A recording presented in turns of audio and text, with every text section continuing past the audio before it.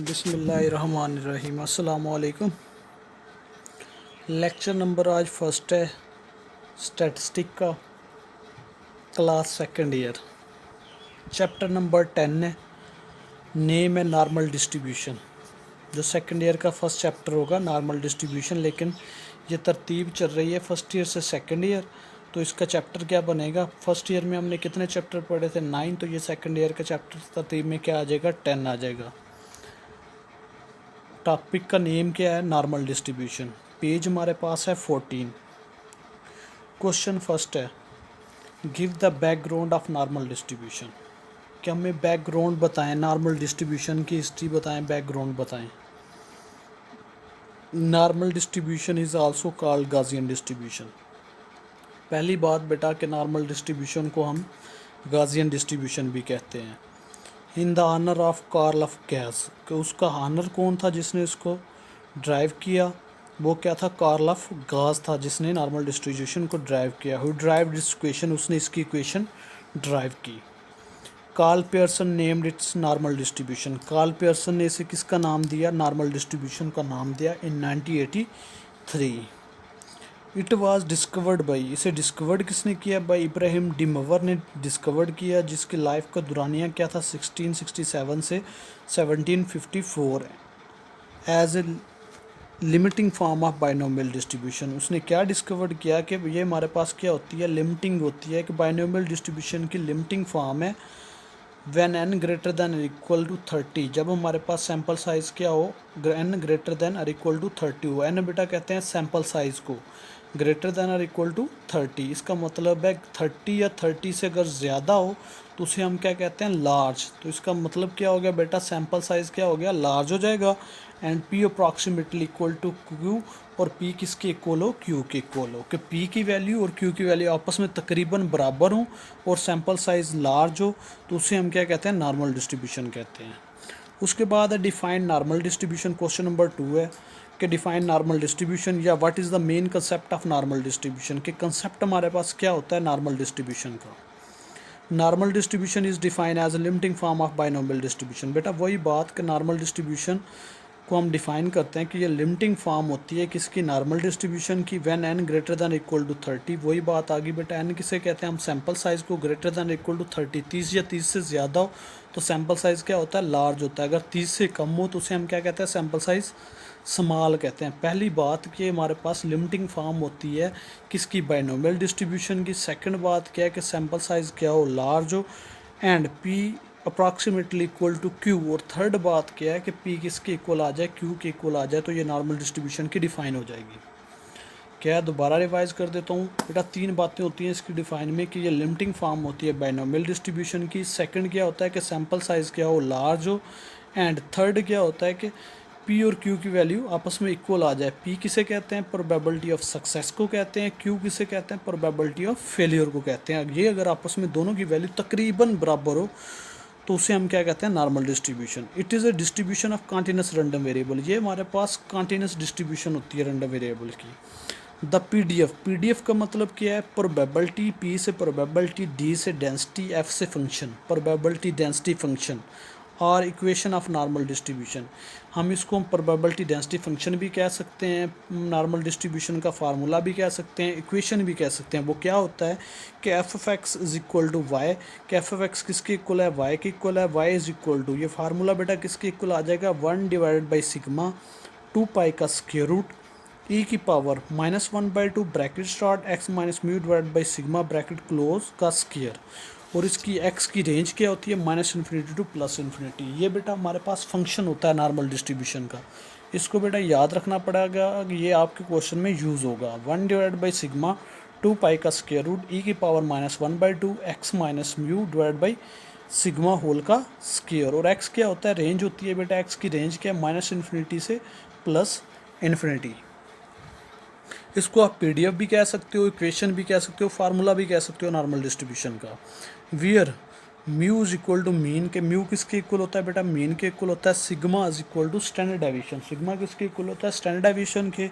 And greater than zero, ये हमेशा standard deviation zero से ग्रेटर होगी। उसके बाद नेक्स्ट है हमारे पास x is equal to abscissa and y is equal to ordinate. Pi बेटा जो फार्मूले में यूज़ हो रहा है, पाई की वैल्यू क्या होती है 22/7, ई की वैल्यू क्या होती है 2.7183 होती है। अब इसी क्वेश्चन का क्वेश्चन नंबर बी पार्ट है कि discuss the relation between binomial and normal distribution, कि रिलेशन बयान करें कि बाइनोमियल और नॉर्मल डिस्ट्रीब्यूशन में क्या रिलेशन होता है। Normal distribution is a limiting form of binomial distribution. वही बात बेटा कि नॉर्मल डिस्ट्रीब्यूशन क्या होती है, लिमिटिंग फॉर्म होती है बाइनोमियल डिस्ट्रीब्यूशन की। When n greater then equal to 30 and p approximately equal to q, but it is a distribution of continuous random variable. ये पहले भी हम डिस्कस करते हैं, ये हमारे पास कंटीन्यूअस रैंडम वेरिएबल की डिस्ट्रीब्यूशन होती है। अब बेटा हम आ जाते हैं लॉन्ग क्वेश्चन की तरफ। पेज नंबर 49 पे क्वेश्चन गिवन है। फर्स्ट क्वेश्चन है give the equation of normal curve, कि इक्वेशन बयान करें नॉर्मल कर्व की with mean mu and variance sigma square हो। और सेकंड पार्ट में उसने कहा कि मीन म्यू किसके इक्वल हो बेटा 4 के इक्वल, और स्टैंडर्ड डेविएशन किसके इक्वल हो 5 के इक्वल। अभी हम पढ़ के आए हैं बेटा, फर्स्ट पार्ट तो हमारे पास सॉल्व हो गया। उसने कहा था give the equation of normal curve, equation बयान करें जब मीन म्यू के इक्वल हो और वेरिएंस सिग्मा स्क्वायर के इक्वल हो। तो अभी हम पढ़ गए हैं बेटा कि कर्व क्या होता है नॉर्मल डिस्ट्रीब्यूशन का, या इक्वेशन क्या होती है, या पीडीएफ क्या होता है, ये भी हमने पढ़ा है। तो फर्स्ट पार्ट तो बेटा सॉल्व हो गया, वही उसका फार्मूला या इक्वेशन या कर्व लिख देंगे।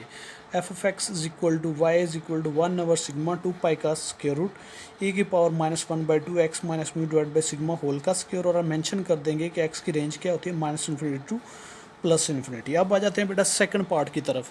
सेकंड पार्ट में भी उसने कहा कि फंक्शन लिखना है, लेकिन उसने कहा कि मीन अब चेंज कर दिया है। मीन किसके इक्वल है 4 के इक्वल है। तो इसका मतलब है बेटा म्यू क्या हो जाएगा 4।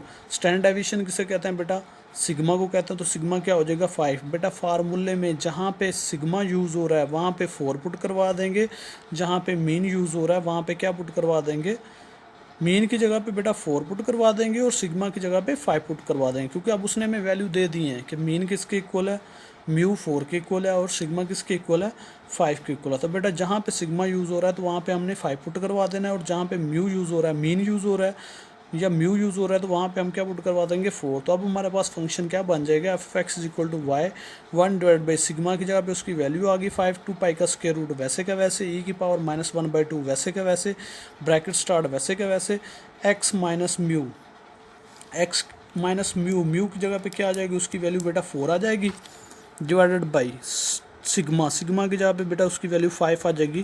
तो ये हमने कर्व ड्राइव कर ली जब हमारे पास मीन 4 के इक्वल हो और स्टैंडर्ड डेविएशन 5 के इक्वल हो, तो ये कर्व बनती है। और नीचे हमने मेंशन कर दिया कि इसकी रेंज क्या होती है -∞ टू +∞ एक्स की रेंज होती है। उसके बाद क्वेश्चन नंबर 2 है in a normal distribution lower and upper quartile are 35 and 53, कि लोअर और अपर क्वार्टाइल क्या होते हैं 35 और 53 के इक्वल है। बेटा लोअर क्वार्टाइल हम कहते हैं Q1 को, तो Q1 किसके इक्वल आ गया 35 के इक्वल। अपर क्वार्टाइल हम कहते हैं बेटा Q3 को, तो वो किसके इक्वल है 53 के इक्वल है। फाइंड म्यू, हमने म्यू मालूम करना है एंड सिग्मा, सिग्मा मालूम करना है। पहली बात बेटा म्यू मालूम करने का, जब हमारे पास लोअर और अपर क्वार्टाइल गिवन हो Q1 और Q3 की वैल्यू बेटा अगर हमारे पास गिवन हो, तो हम म्यू का कौन सा फार्मूला लगाते हैं, म्यू किसके इक्वल होता है, म्यू इक्वल होता है Q1 + Q3 डिवाइडेड बाई 2 के इक्वल होता है। तो Q1 की जगह पे ये फार्मूला आपको बेटा याद रखना पड़ेगा कि जब हमारे पास लोअर और अपर क्वार्टाइल क्वेश्चन में गिवन हो, वो हमसे मीन पूछे, तो हमने क्या करना है बेटा कि म्यू इज इक्वल टू किसके इक्वल होगा Q1 + Q3 डिवाइड बाई 2 के इक्वल होगा। Q1 की जगह पे उसकी वैल्यू आ जाएगी 35 + Q3 की जगह पे उसकी वैल्यू आ जाएगी 53 डिवाइड बाई 2 वैसे का वैसे आ जाएगा।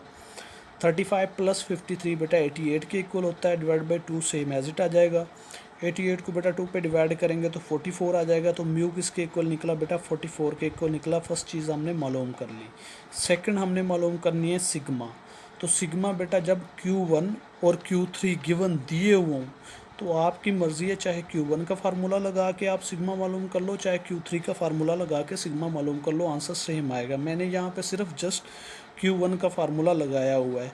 ये आपको याद रखना पड़ेगा कि Q1 का फार्मूला किसके इक्वल होता है, Q1 is equal to mu minus 0.6745 sigma के इक्वल होता है। तो बेटा Q1 की वैल्यू उसने क्वेश्चन में दी हुई थी 35 आ गया, म्यू सामने मालूम कर लिया तो म्यू की जगह पे 44 आ गया, माइनस का sign as it 0.6745 sigma as it आ जाएगा। अब ये -0.6745 सिग्मा है, जब इसको हम इक्वल के दूसरी साइड पे लेके आएंगे तो ये क्या हो जाएगा, पॉजिटिव हो जाएगा, 35 के साथ जाके प्लस हो जाएगा। तो 35 प्लस 0.6745 सिग्मा इक्वल, अब इक्वल के दूसरी साइड पे जस्ट क्या बचेगा 44, तो हमने 44 लिख दिया। अब बेटा 35 प्लस का है, जब इक्वल की इसको दूसरी साइड पे लेके जाऊंगा तो ये क्या हो जाएगा 35 माइनस का, तो ये 44 में से 35 माइनस हो जाएगा। अब 44 में से 35 जब माइनस करेंगे तो बेटा 9 बचेगा। 0.6745 सिग्मा किसके इक्वल आ गया बेटा 9 के इक्वल आ गया। हमें फार क्या चाहिए था, जस्ट सिग्मा चाहिए, तो बेटा 0.6745 सिग्मा के साथ क्या हो रहा है बेटा मल्टीप्लाई, जब इसको हम इक्वल के दूसरी साइड पे लेके जाएंगे तो बेटा ये 9 पे क्या हो जाएगा डिवाइड हो जाएगा, तो 9 डिवाइड बाई 0.6745, तो बेटा 9 को जब डिवाइड करेंगे 0.6745 पे तो हमारे पास सिग्मा की वैल्यू निकल आएगी, जो हमारे पास क्या निकली है 13.34 निकल आई है। तो हमने दोनों चीज़ें बेटा मालूम कर ली कि मीन हमारे पास क्या निकला 44 और सिग्मा क्या निकला 13.34 के इक्वल निकला। ओके बेटा, अल्लाह हाफिज़।